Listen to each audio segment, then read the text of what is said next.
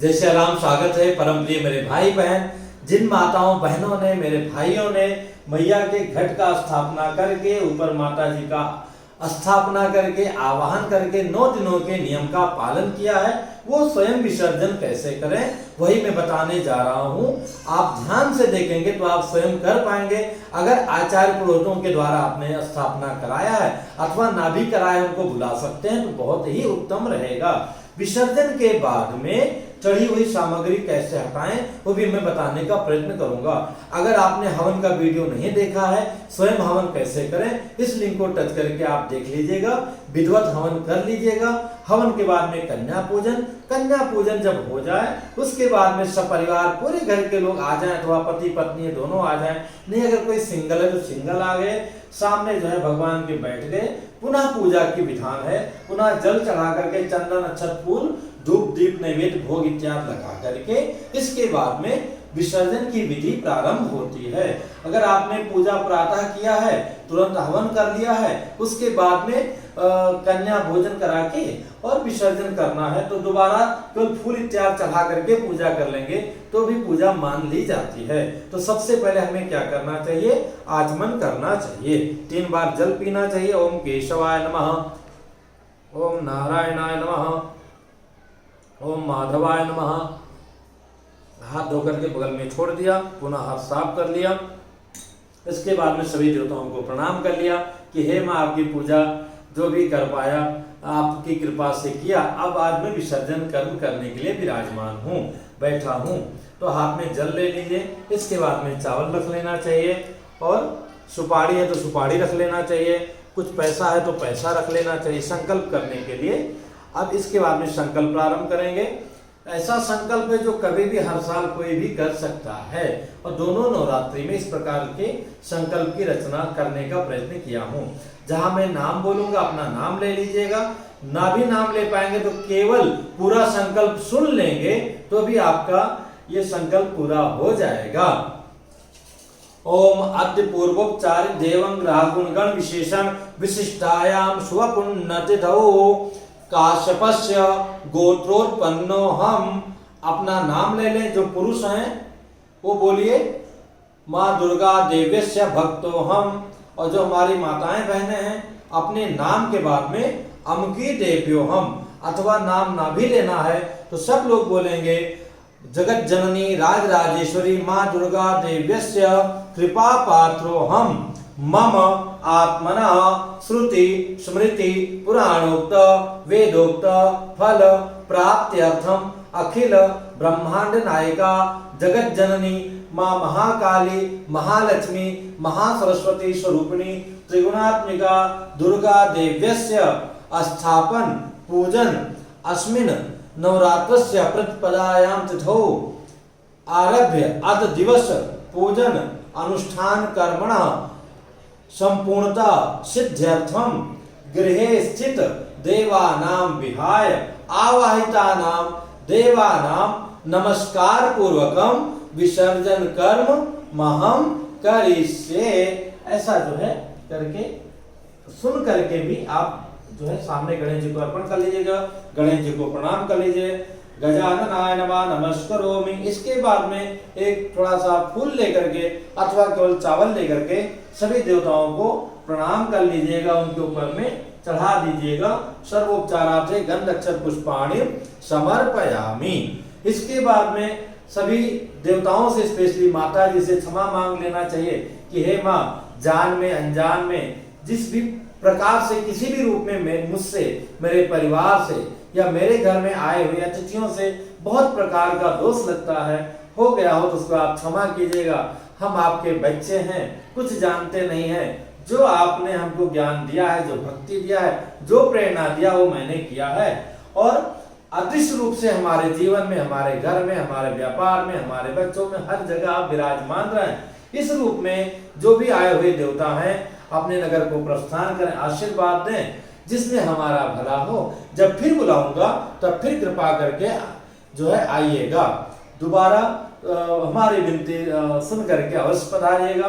ऐसा करके left hand में चावल लेकर के थोड़ा थोड़ा चावल जो आवाहित देवता हैं, घर की जो मूर्तियां हैं जो फोटो हैं उनके ऊपर नहीं छोड़ना है। इन मंत्रों को सुनते हुए छोड़ दीजिएगा। अब आप देख रहे हैं यहाँ पे गणेश जी की स्थापना किया था, यहाँ गौरी माता जी की स्थापना किया था। अगर गौरी गणेश जी अपने घर के होते तो उनके ऊपर चावल छोड़ने की आवश्यकता नहीं थी। कुछ लोग षोडश मातृका नवग्रह का भी स्थापन करते हैं, तो उन सभी के ऊपर में जिन जिन का आपने स्थापन किया है इन मंत्रों को सुन करके चावल छोड़ दीजिएगा। ओम यान्तु देवगणा सर्वे पूजामादाय मामकम् इष्टकाम सिद्ध्यर्थम पुनरागमनाय च। यान्तु देवगणा सर्वे पूजामादाय मामकम् इष्टकाम सिद्ध्यर्थम पुनरागमनाय च। छोड़ने के बाद में धीरे से ये ऐसे पूरा हिला देना चाहिए। इसके बाद में अब जो दान सामग्री की बात आती है, जो आपने माता जी को श्रृंगार सामग्री अथवा साड़ी इत्यादि अथवा जो भी उपयोगी चीजें हैं, मान लिया रुपया है, वस्त्र है, अच्छे फल हैं, ये सब अपने आचार्य पुरोहित को देना चाहिए। इसके बाद में मान लिया आपके आचार्य पुरोहित नहीं है तो कोई भी सुयोग ब्राह्मण को जो नशा से जय जय सिया राम रहित हो, भगवान का भक्त हो और उटपटांग चीजें न ग्रहण करता हो, जो सुपात्र हो उसको दीजिएगा। इसके बाद में उचित ये हो जो इस कर्म में लगा हुआ हो उसको ही देना चाहिए। इसके बाद में जो कलश के अंदर का पैसा है, सुपारी है, वो अपने तिजोरी में रख देना चाहिए। कलश के नारियल को बंगाल इत्यादि में परंपरा है और भी कई जगह किसको फोड़ते हैं, फोड़ करके खाते हैं। आप सोचिए ये जो है 9 दिन में माता जी का पूरा रूप बना, उनका आपने पूजा किया तो उसको जो है तोड़ के खाना अनुचित है। इसको चुनरी में अथवा लाल कपड़े में बांध करके अपने घर में साउथ को छोड़ के कहीं भी लगा सकते हैं, अथवा ये कलश के ऊपर रख करके, लोटा के ऊपर रख करके कंटिन्यू, मान लिया लोटा है उसके ऊपर सब चीजें हटा दिया और केवल जो है ये रखा, मतलब केवल नारियल, ये लोटा हो गया, नारियल हो गया, 2 ही चीजें रखनी है, बाकी सब चीजें हटा देनी है। और रोज जो है नित्य जल चेंज कर लीजिए अथवा 2 दिन बाद भी जल चेंज कर दीजिए। अगर ये नहीं हो सकता है तो इस नारियल का स्पेशली विसर्जन कर देना चाहिए। जो बांध भी नहीं सकते, विसर्जन भी नहीं कर सकते, वो किसी गमले में, मिट्टी के प्लांट में उसको रख सकते हैं। यहाँ हमने मिट्टी के घड़ा का प्रयोग किया है, तो मिट्टी का घड़ा है तो अगर आपके पास बड़ा जलाशय है वहां छोड़ने की सुविधा है तो ये पूरा जो, इसीलिए हमने डलिया में स्थापना किया है। ये डलिया और ये जो है घड़ा और जो है ये नारियल, तीनों का ऐसे जाके विसर्जन हो जाता है।